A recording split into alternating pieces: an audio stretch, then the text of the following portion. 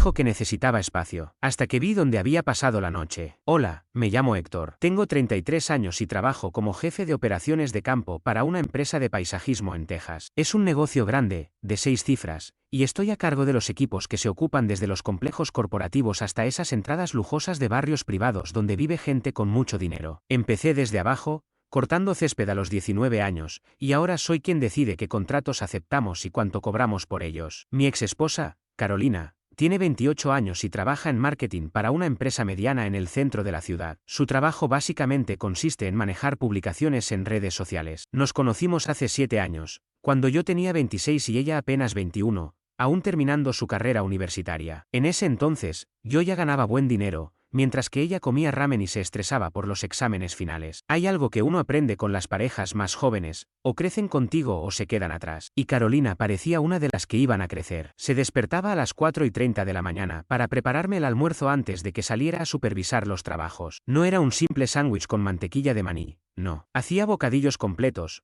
con buen jamón, fruta, esas papas fritas gourmet. Ella sabía que yo me estaba esforzando por construir algo y lo valoraba. Se entusiasmaba con cosas simples pero significativas. Salíamos a pasear por barrios residenciales y señalaba casas que le gustaban. Hablaba de cómo organizaría la cocina, donde pondríamos mi taller. Tenía esa visión de futuro que no era común en chicas de su edad, que aún andaban encontrándose a sí mismas. Teníamos una dinámica clara. Yo me encargaba de los gastos importantes como la hipoteca, los seguros, las cuentas del auto y servicios. Ella, por su parte, se ocupaba de la casa, limpiar, cocinar, hacer las compras. Me parecía un trato justo. Yo pasaba el día en el calor del desierto, lidiando con empleados complicados, y ella se aseguraba de que al llegar hubiera comida y orden. En la intimidad, también funcionaba bien. Teníamos relaciones al menos 2 veces por semana, a veces más. Ella incluso tomaba la iniciativa. Compramos una casa cuando ella tenía 23. Nada ostentoso, pero bien ubicada, con el valor del terreno subiendo. Nos casamos al año siguiente. Sus padres pidieron un acuerdo prenupcial, lo cual me pareció sensato. Incluía una cláusula sobre infidelidad que,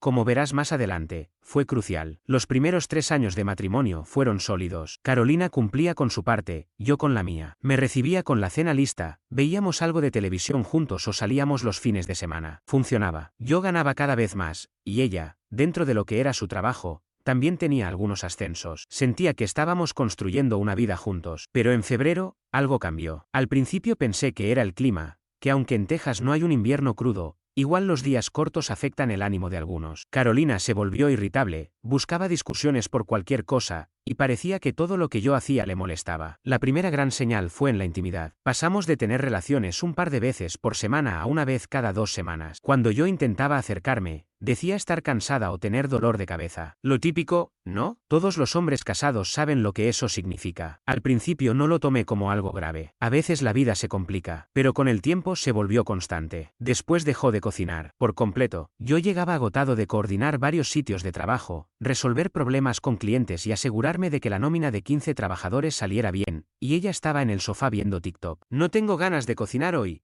Pedimos algo. Eso se volvió su saludo diario. Entiendo que todos podemos tener un mal día, pero cuando los días malos se vuelven la norma, ya no es estrés, es desinterés. Llegamos a gastar unos $200 semanales en comida para llevar porque ella ni siquiera podía meter un pollo al horno. Cuando intenté hablar del tema, se puso a la defensiva. Yo también trabajo, no soy tu cocinera personal. Y ahí supe que había un problema más serio. Su trabajo consistía en hacer publicaciones en Instagram para una empresa que vende muebles de oficina. Entraba a las 9, salía a las 5, tenía fines de semana libres, feriados, y llamaba enferma cuando quería. Mientras tanto, yo estaba en la calle antes de que saliera el sol, asegurándome de que los contratos millonarios no se arruinaran porque uno de mis empleados eligió el color de flores equivocado. El desprecio empezó a mostrarse en detalles pequeños. Mis botas de trabajo, que siempre dejaba en la entrada, ahora eran un problema. Tan difícil es dejarlas en el garaje. Si me olvidaba de enjuagar un plato antes de salir a las 5 de la mañana, tengo que hacer todo yo aquí. Todo eso viniendo de una mujer que no cocinaba desde hacía meses. Tuve que ponerle límites. Le dije, Carolina, yo pago el 70% de los gastos de esta casa. No me vengas a dar lecciones por un plato cuando no cocinas desde hace 2 meses. No le gustó, pero era la verdad. Cubría la hipoteca, ambos autos, el seguro, los servicios, los alimentos, todo. Su sueldo apenas alcanzaba para sus préstamos estudiantiles y deudas de tarjeta. Las peleas fueron en aumento. Todo lo que proponía, lo criticaba. Elegía un restaurante, muy ruidoso. Planeaba una escapada, ¿por qué no quedarnos en casa? Compraba algo para el hogar, no necesitamos eso. Siempre estás derrochando. Mientras tanto, ella se compraba ropa nueva cada semana, se hacía las uñas, gastaba sin parar mientras me reprochaba por todo. En esa época empezó a mencionar a una terapeuta llamada Patricia, que veía por su crecimiento personal. Me pareció buena idea. Pensé que tal vez un profesional le ayudaría a entender por qué se había vuelto tan complicada. Viéndolo ahora, eso debió haber sido la primera alerta. Las personas felices no necesitan terapia para descubrir quiénes son. Con la llegada de la primavera, en vez de mejorar, empeoró. Todo lo justificaba con lo que decía Patricia, que no podía cocinar porque necesitaba dejar de complacer a los demás, que no quería compartir tiempo porque estaba estableciendo límites sanos. Esta tal Patricia le estaba metiendo ideas absurdas en la cabeza. Carolina empezó a hablar de su yo auténtico, de que había estado reprimiendo sus emociones por años. Y yo pensaba, su versión auténtica parece ser una persona que no aporta nada y se queja de todo lo que hago. Lo de la intimidad ya era inexistente. Una vez al mes, con suerte. Y cuando ocurría, parecía más un favor que algo mutuo. Cero entusiasmo, como si estuviera con una estatua que, además, se quejaba. Intenté hablarlo una vez, Carolina, antes teníamos algo bueno. ¿Qué pasó? Su respuesta,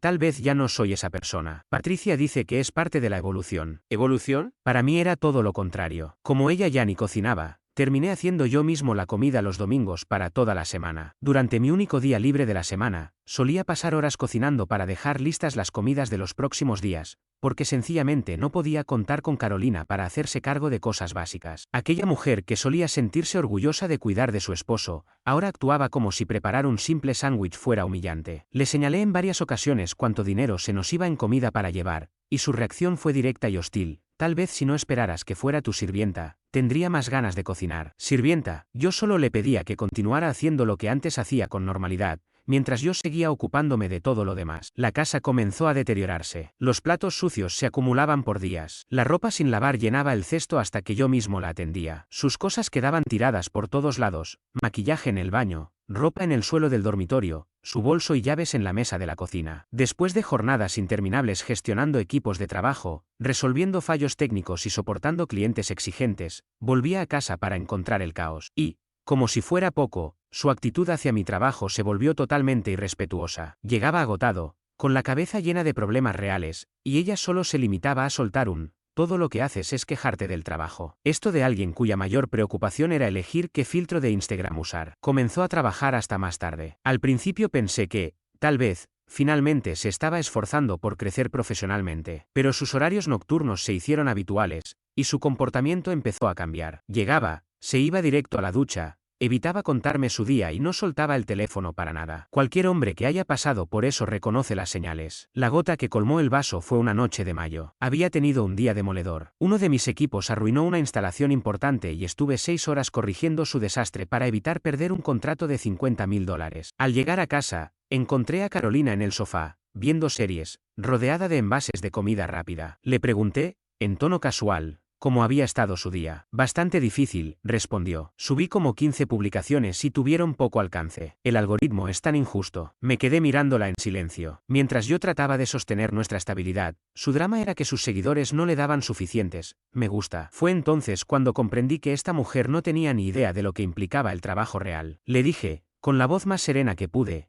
Carolina, necesito que te comprometas más en casa. Esto no está funcionando. Su respuesta fue un clásico, estoy trabajando en mí misma, Héctor. Patricia dice que las relaciones sanas se construyen desde el crecimiento personal de cada uno. Le respondí sin perder la calma. Patricia no es quien paga las cuentas. Lo hago yo. Y necesito una pareja que aporte algo más que experiencia en redes sociales. Me miró con desprecio. Quizás deberías aceptar que ya no soy la misma persona con la que te casaste. Las personas cambian, Héctor. No voy a ser tu ama de casa de los años 50. ¿Ama de casa de los 50? ¿Por pedirle que cocinara de vez en cuando y que mantuviera algo de orden? Fue en ese instante que entendí que estaba totalmente desconectada de la realidad, o que estaba probando mis límites para ver hasta dónde aguantaba la falta de respeto. Cualquiera que fuera el caso, yo ya no estaba dispuesto a seguir ese juego. Le respondí, perfecto, pero si no vas a actuar como esposa, entonces no esperes que yo actúe como marido. A partir de ahora, seremos simples compañeros de piso que comparten gastos. No le gustó nada. Empezó a hablar sin parar sobre cómo no entendía su proceso y que necesitaba apoyo, no exigencias. Pero lo cierto es que seguía sin hacer nada. Ni cocinar, ni limpiar, ni colaborar. Solo lágrimas y excusas. Sus sesiones con Patricia pasaron a ser 2 veces por semana. Iba al otro lado de la ciudad cada martes y jueves, gastando $150 por consulta. Irónicamente, me criticaba si compraba herramientas necesarias para mi trabajo. El doble discurso era impresionante. Incluso su familia empezó a notar algo. Un día, su madre me llamó al trabajo, preocupada porque notaba a Carolina estresada. Le dije que estábamos atravesando una etapa difícil, aunque en mi interior empezaba a cuestionarme si ese matrimonio tenía sentido. Cuando tu propia esposa actúa como si estar contigo fuera una carga, tal vez es momento de dejarlo ir. El quiebre definitivo llegó durante el fin de semana del Día de los Caídos. Había planeado un viaje de campamento, algo que solíamos disfrutar juntos. Carolina solía amar la naturaleza, o al menos eso creía. Cuando lo mencioné, solo puso los ojos en blanco. Ya no me interesa acampar. Es como fingir que te estás divirtiendo entre los árboles. Le recordé aquella caminata en Big Ben, los 3 días de senderismo. Ese era el yo de antes. Ahora prefiero cosas más sofisticadas, respondió. ¿Sofisticadas? Pensé. ¿Cómo ver TikToks y quejarse de todo? Así que me fui solo. Y, para ser sincero, fue el mejor fin de semana en meses. Silencio, aire libre, sin reproches ni tensión. Solo paz. Al regresar,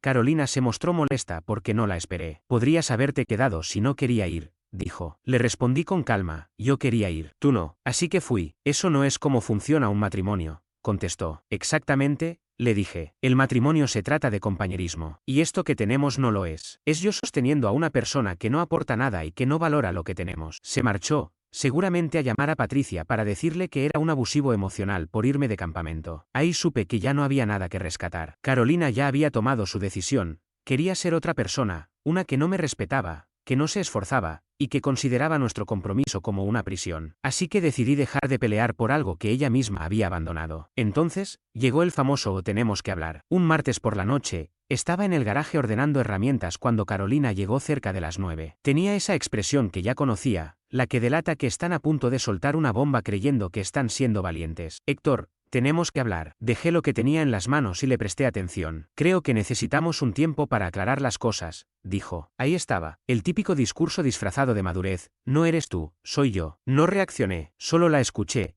esperando a ver hasta dónde pensaba llevarlo. Nos estamos distanciando y necesito espacio para saber qué quiero realmente. Esto no es justo para ninguno de los dos. Le pregunté, ¿cuánto tiempo estás pensando? Quizás 1 o 2 meses, lo suficiente para tener claridad. Cualquier otro hombre habría suplicado o intentado negociar. Yo no. Tenía muy claro lo que esto era, una forma de pedir permiso para hacer lo que ya estaba haciendo, pero sin sentir culpa. Así que le dije, está bien, empacaré unas cosas y me iré a casa de mi hermano. Se quedó en silencio, sorprendida. Esa no era la respuesta que esperaba. En realidad, pensaba que tú te quedarías en la casa y yo buscaría dónde ir. Eso sí que fue inesperado. Carolina adoraba nuestra casa. Ella había escogido cada mueble de la casa, pasaba los fines de semana pintando paredes y reorganizando la decoración, y hablaba constantemente de sus ideas para el jardín trasero. La misma mujer que trataba nuestro hogar como un proyecto personal de diseño ahora quería marcharse. Con eso me quedó claro lo que realmente estaba pasando. Puedo quedarme en casa de mi hermana, Laura, dijo rápidamente. Haz lo que consideres mejor, le respondí con tranquilidad. Subió las escaleras y comenzó a empacar. Eran las 9 de la noche de un martes cualquiera, pero no se trataba de meter unas cuantas cosas en una bolsa para pasar unos días fuera. Lo suyo era una mudanza completa, abrigos de invierno, joyas, libros, zapatos caros e incluso electrodomésticos pequeños. Cuando vi que estaba cargando la cafetera costosa al coche, no pude evitar preguntarle, ¿estás segura de que necesitas eso para una pausa temporal? Puede que esté en un sitio donde no haya una. ¿En serio? Su hermana, que trabaja como enfermera y gana bien, ¿no tiene una cafetera en casa? Las excusas se volvían más absurdas a cada minuto. Siguió haciendo viajes al coche hasta pasada la medianoche. Ver a alguien empacar toda su vida a esa hora deja claro que no planea volver. A las 12:30 bajó con su última bolsa. Te llamaré en unos días cuando haya tenido tiempo para pensar,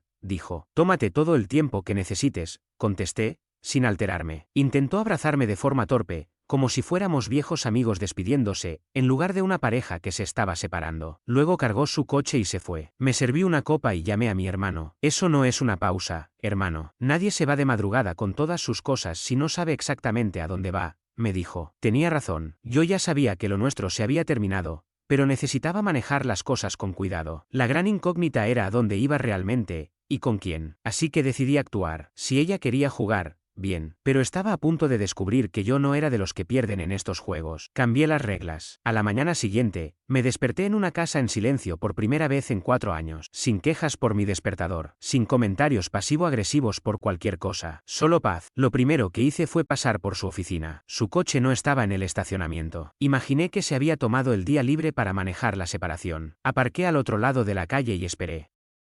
A eso de las 10, vi llegar a un tal Guillermo, un compañero de trabajo que había venido un par de veces a nuestras reuniones. Parecía buena persona, pero últimamente Carolina hablaba mucho de él. Guillermo fue ascendido a gerente de cuentas. Guillermo tiene ideas innovadoras para las campañas. Guillermo cree que la empresa debería expandirse hacia. Todo comenzó a encajar. Ese jueves, después del trabajo, pasé por el vecindario donde recordaba que vivía Guillermo. Di varias vueltas hasta que encontré su calle, y tras 3 pasadas, vi el Honda plateado de Carolina. No estaba aparcado en la calle como lo haría una visita, sino justo en la entrada, junto a la puerta principal, como si fuera parte de la casa. Desde fuera, se veían cajas de mudanza en el asiento trasero, las mismas que había estado empacando el martes. Así que lo de quedarse con su hermana era solo una historia para cubrirse. Al día siguiente investigué más a fondo. Encontré los perfiles de Guillermo en redes sociales, su dirección e incluso los registros de propiedad. Soltero, buena casa, y trabajaba con Carolina. En sus redes aparecían muchas fotos de eventos de la empresa, y en varias estaba ella. Había una imagen en particular que me llamó la atención, un evento en marzo, una hora feliz del trabajo. Carolina y Guillermo estaban muy cerca, su mano descansaba sobre su brazo. No parecían colegas, parecían pareja. Seguí revisando. Fotos de cenas de trabajo donde solo estaban ellos dos. Encuentros grupales donde siempre aparecían juntos. Revisé las redes de Carolina y encontré registros de visitas a restaurantes en noches que supuestamente estaba en la oficina. Comentarios de Guillermo en sus publicaciones que eran demasiado íntimos para un compañero. Pero no quería quedarme solo con sospechas. Necesitaba pruebas sólidas. Ese fin de semana,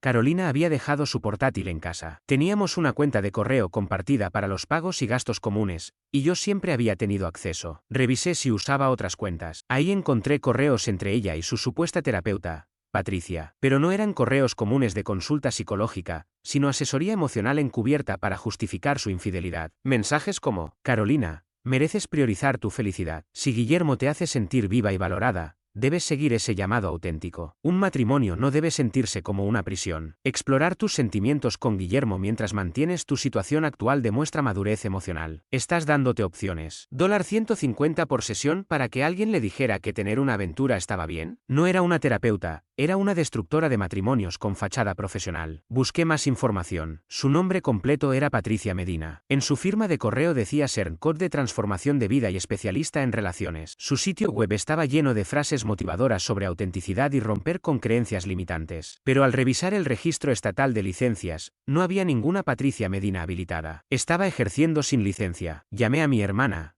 Paula, que es abogada. Si esta mujer está cobrando por brindar servicios psicológicos sin licencia, es delito. Y si además está alentando una infidelidad, puede jugar un papel importante en el proceso de divorcio, me dijo. Me recomendó documentarlo todo antes de tomar acción. Así que comencé a armar un expediente completo, fotos del coche de Carolina en casa de Guillermo con fechas, capturas de redes sociales, correos con la falsa terapeuta, extractos bancarios con retiros en efectivo que probablemente usaba para su vida paralela. Todo indicaba que esto no era una decisión repentina. Carolina llevaba meses planeando su salida y usando a esa supuesta terapeuta como justificación. Incluso cambié la contraseña de Netflix. Un gesto pequeño, pero necesario. Al seguir escarbando, encontré más cargos en nuestra tarjeta compartida que no cuadraban. Cenas para 2 cuando decía que estaba trabajando. Reservas de hotel en días laborables. Compras de combustible cerca del vecindario de Guillermo, sin razón aparente. Había llevado una doble vida durante meses. Y yo tenía cómo demostrarlo. Aún así, quise ver cuánto más iba a seguir mintiendo antes de actuar. El domingo por la noche, como si todo estuviera en orden, Carolina llamó. Sonaba más relajada, incluso alegre. Seguramente pensaba que su plan había salido perfecto. Hola, Héctor, ¿cómo estás? Bien. Mi situación actual me está ayudando a pensar con más claridad, dijo. Estoy quedándome con Laura. ¿Y cómo está ella? Bien, ya sabes, ocupada con el trabajo. ¿Sigues yendo con la terapeuta? Sí. Patricia ha sido clave para entender lo que realmente siento y lo que necesito para ser feliz. Mismas frases que había leído en los correos. Estaba claro que todo lo que decía venía ensayado. Parecía estar repitiendo un libreto que su supuesta terapeuta, Patricia, le había preparado. Estas cosas toman tiempo, no quiero apresurarme a tomar decisiones importantes, me dijo con voz ensayada. En otras palabras, Quería seguir probando su nueva relación mientras me dejaba en espera por si las cosas no salían bien. Tómate el tiempo que necesites, le respondí con calma. Cuando colgamos, llamé a mi abogada, Raquel. Quiero iniciar el proceso de divorcio. ¿Estás seguro? Algunas parejas superan las separaciones. Raquel lleva meses acostándose con su compañero de trabajo mientras fingía que todo estaba bien en casa. Esto no es una mala racha, es una traición. El lunes siguiente, presenté oficialmente los papeles. En Texas, donde vivimos, la infidelidad influye en los procedimientos de divorcio. Y lo mejor, el acuerdo prenupcial que la familia de Carolina había exigido estaba a punto de volverse su peor pesadilla. El martes por la tarde, el teatro que ella había armado comenzó a desmoronarse. Intentó entrar en nuestra cuenta compartida de Netflix y no pudo. Me llamó al instante. ¿Por qué no puedo acceder a Netflix? Cambié la contraseña. Si estamos en pausa, lo lógico es pausar también las cuentas compartidas. Eso es mezquino. Dame la contraseña ahora mismo. ¿Y Guillermo no tiene Netflix? Pregunté con ironía. ¿Guillermo? ¿De qué hablas? Se hizo la confundida. Era increíble que pensara que podía ocultarlo. No tenía sentido fingir. Carolina, no finjamos. Sé perfectamente que estás viviendo con él. ¿Quieres que hablemos en persona? Sí. Por favor, ¿nos vemos en casa o prefieres que vaya al departamento de Guillermo? Colgó. Su silencio fue más ruidoso que cualquier grito. Una hora después estaba en mi puerta. Ya no era la mujer segura que se había ido días atrás, sino alguien que acababa de ser desenmascarada. ¿Desde cuándo lo sabes? Me preguntó, nerviosa. El tiempo suficiente. Encendí el grabador de mi teléfono. En Texas, solo se necesita el consentimiento de una parte para grabar legalmente una conversación. Todo lo que ella dijera podría usarse en el juicio. Héctor, no es lo que piensas. Pienso que llevas meses en una relación con Guillermo, que te mudaste con él, y que pediste una pausa para no asumir la realidad mientras me mantenías como respaldo. Sí, eso es lo que pienso. No exactamente. Empacaste ropa de invierno para una pausa. Te llevaste la cafetera cara. Dijiste que ibas a quedarte con tu hermana. Pero tu auto ha estado en la casa de Guillermo 3 días seguidos. Intentó negarlo. Le mostré las fotos con fecha y hora. Luego intentó minimizarlo. Le mostré los correos donde Patricia, su terapeuta, le daba luz verde a todo esto. Finalmente, lo admitió. Al principio solo hablábamos. Guillermo me entendía de una forma que tú no podías. ¿Y cuándo se volvió físico? Hace algunos meses. Pero te iba a decir. ¿Me ibas a decir? ¿Cuándo? ¿Después de ver si él funcionaba como reemplazo? Es complicado. Siento algo por Guillermo, pero no quería destruir nuestro matrimonio sin estar segura. Así que decidiste tener a los dos. Mantenerme cerca por si lo otro fallaba. Y ahí fue cuando mostró quién era realmente. En lugar de disculparse, empezó a imponer condiciones. Necesito tiempo para aclararme. Creo que amo a Guillermo, pero no quiero divorciarme aún. ¿Podemos estar separados, pero seguir casados? Parpadeé 2 veces. El nivel de absurdo era impresionante. ¿De verdad me estás pidiendo que sigamos casados mientras vives con otro hombre? No es tan sencillo. Patricia dice que es sano explorar todas las opciones antes de tomar decisiones definitivas. Pues ya está decidido. El lunes presenté el divorcio. Su cara se puso pálida. ¿Hiciste qué? Te lo estoy facilitando. Así ya no tienes que sentirte confundida. No puedes tomar una decisión así sin consultarme. Claro, pero tú sí puedes engañarme, mentirme, fingir una vida mientras planeabas otra. Si ya no querías ser esposa, podrías haberlo dicho desde el inicio. Se desató en gritos. Esto no es justo. Fui honesta contigo sobre necesitar espacio. Honesta después de que te descubrí. Y solo porque querías permiso para seguir con tu aventura sin consecuencias. No es una aventura si estamos separados. Esto es un matrimonio, no una serie de televisión. ¿Tienes 15 años? Tengo derechos. La mitad es mía. Abandonaste el hogar conyugal para vivir con tu amante. Y mentiste sobre ello. Eso juega en tu contra. ¿Y recuerdas el prenup que tu familia tanto insistió en firmar? Bueno,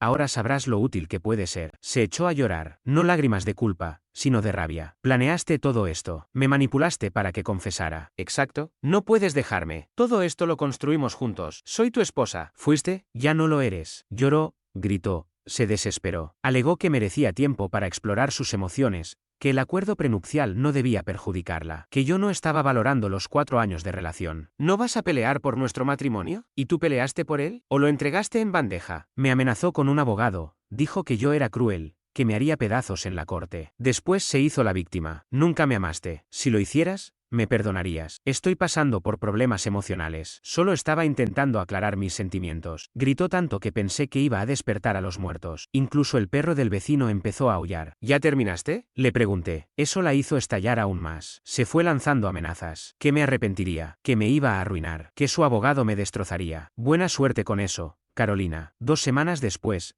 la realidad le cayó encima con todo su peso. El destino tiene una manera muy particular de equilibrar las cosas. Mientras ella planeaba cómo arruinarme legalmente, su mundo ideal se derrumbaba. Primero fue Guillermo. Resultó que él no estaba tan involucrado como ella creía. Supe por conocidos que él le había dicho a varias personas que Carolina solo estaba pasando por un mal momento y que su estadía era temporal. Pero cuando ella empezó a publicar fotos juntos, hablar de planes a futuro y cambiar su estado sentimental en redes, Guillermo se echó para atrás. De repente necesitaba espacio. No quería ser el rebote. Increíble, le había destruido su vida a cambio de alguien que ni siquiera la quería en serio. 2 semanas después de nuestro último encuentro, me llamó llorando. Guillermo dice que estoy avanzando muy rápido. Que pensó que solo necesitaba ayuda un tiempo. No sabía que yo quería algo serio. Silencio. Héctor, no tengo dónde ir. Este divorcio va a destruirme. ¿No tienes nada que decir? Sorprendente. ¿Qué pasó con quedarme en casa de mi hermana? ¿No que ahí estarías? Estás bromeando. No tengo a dónde ir. Y tú sigues siendo un vengativo de... Patricia tenía razón. Sí, sobre ella misma. Porque pronto, sus problemas serían mucho más grandes que los míos. ¿De qué estás hablando? Ya lo verás. Al día siguiente, recibí una llamada de la hermana de Carolina, Laura. Venía a tratar de negociar algo. Carolina me lo contó todo. Héctor cometió un error. ¿No podrían intentar solucionarlo? No vale la pena destruir un matrimonio por esto. Laura, si tú cometieras ese error, tu esposo lo dejaría pasar. Hubo un largo silencio. No metas a mi esposo en esto. Es diferente. Entonces tampoco me digas cómo debo manejar la traición de mi esposa, porque esto también es diferente. Me colgó. Mejor así. Mientras tanto, yo ya estaba ocupándome de un tema pendiente con Patricia, esa supuesta terapeuta que había estado cobrando por asesorías emocionales sin tener licencia ni formación adecuada. Daba consejos irresponsables, fomentaba infidelidades y se presentaba como profesional cuando no lo era. Era momento de que conociera al sistema legal. Reuní todo el material necesario, correos donde ofrecía servicios psicológicos, capturas de su página web promocionando sesiones pagas, registros de los pagos que salían directamente de nuestra cuenta conjunta, y sobre todo, pruebas de que no tenía ninguna credencial profesional. Presenté quejas ante la Junta Estatal de Psicología de Texas, la Fiscalía General y la Oficina del Fiscal de Distrito. Ejercer psicología sin licencia, cobrando por ello, es un delito grave. La investigación se movió rápido. En 2 semanas, Patricia recibió una orden de cese inmediato de actividades. Una semana después, se presentaron cargos formales por fraude y práctica ilegal. Su negocio se desmoronó en cuestión de días, sitio web eliminado, cuentas bancarias congeladas, orden de reembolsar a los clientes. Estaba enfrentando un proceso judicial serio y una deuda legal inmensa. Y la cosa se puso aún peor para ella. Comenzaron a salir otras víctimas. Patricia había estado operando este engaño por más de 2 años. Una mujer afirmó que le recomendó dejar los antidepresivos porque bloqueaban sus emociones reales. Otro hombre dijo que Patricia lo animó a abandonar a su esposa e hijos en nombre del crecimiento espiritual. Los medios locales no tardaron en cubrir el escándalo. El Canal 8 transmitió el titular: mujer acusada de práctica ilegal de psicología, junto con la foto policial de Patricia. Carolina, al ver la noticia, me llamó completamente alterada. ¿Tú la denunciaste? Puede ser. Le arruinaste la vida. Qué pena, pero no me arrepiento. Lo interesante fue que ni siquiera tuve que hacer mucho para que el mundo de Carolina se desmoronara. Todo comenzó a caer por su propio peso. La exesposa de Guillermo, el hombre con quien Carolina me había engañado, se enteró del romance y reaccionó con furia. Como ambos comparten la custodia de su hija de 8 años, la mujer solicitó de inmediato una modificación urgente del acuerdo de custodia. No quería que su hija visitara una casa donde vivía una mujer casada involucrada con su exmarido. De pronto, Guillermo se vio envuelto en batallas legales, conflictos familiares y la amenaza de perder tiempo con su hija. Sus padres, de valores muy conservadores, intervinieron también. Llegaron a su casa en plena noche y armaron una escena frente a todo el vecindario. Le exigieron que terminara la relación si no quería ser excluido de la familia. En su trabajo, el escándalo no tardó en explotar. En una empresa de solo 50 personas, bastaron unos días para que todos supieran. Carolina pasó de ser una coordinadora de marketing respetada a convertirse en la mujer que arruinó su matrimonio por alguien que ni siquiera la quería. Recursos Humanos los citó a ambos por separado. Su drama personal estaba afectando el ambiente laboral. Guillermo fue transferido a otro equipo para evitar contacto, y a Carolina la enviaron a la oficina satélite al otro lado de la ciudad. Básicamente, la exiliaron profesionalmente. Ella no lo soportó y renunció sin tener otro trabajo. Sin ingresos, sin pareja, sin matrimonio, se vio obligada a volver a vivir con sus padres a los 28 años. Aquellos mismos padres que siempre me habían apreciado y se sentían orgullosos del matrimonio de su hija, ahora no mostraban compasión. Su padre fue claro: tú te lo buscaste. Su madre ni siquiera le dirigió la palabra durante una semana. Nuestros amigos en común tomaron partido, y la mayoría se quedó de mi lado. Ya sospechaban de su comportamiento desde hace meses y se sintieron traicionados al saber la verdad. Incluso quienes intentaron mantenerse neutrales, acabaron hartos de oírla quejarse de las consecuencias de sus propias decisiones. En el aspecto legal, todo avanzaba justo como Raquel había previsto. Teníamos su confesión grabada, pruebas de que había abandonado el hogar, y estados financieros que demostraban que había estado manteniendo un hogar alternativo con Guillermo. El acuerdo prenupcial que su familia tanto insistió en firmar funcionaba tal como estaba diseñado, sin pensión compensatoria y con derechos mínimos sobre los bienes en común debido a su abandono del hogar y su infidelidad comprobada. Patricia, aún después de todo, seguía cobrándole a Carolina $150 por sesión para decirle que estaba siendo fiel a sí misma. Un auténtico buitre profesional. Cuando todo terminó, Carolina había perdido su empleo, su pareja, su independencia, su prestigio y casi todas sus amistades. Vivía con sus padres, sin ingresos, enfrentando un divorcio que la dejaría financieramente arrasada. Pero la historia no terminó ahí. 6 meses después de que Carolina decidiera marcharse creyendo que su vida iba a mejorar,